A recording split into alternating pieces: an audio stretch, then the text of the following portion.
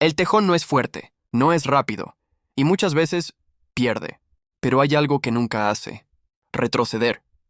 Puede enfrentarse a animales más grandes, más pesados y claramente superiores. Resultado: golpes, heridas, derrotas. Si te gustan los animales más extremos, suscríbete y deja like ahora mismo. El tejón pelea porque su cerebro no mide probabilidades, mide territorio.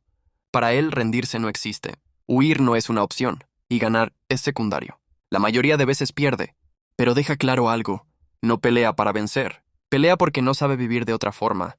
El tejón no gana batallas, gana respeto.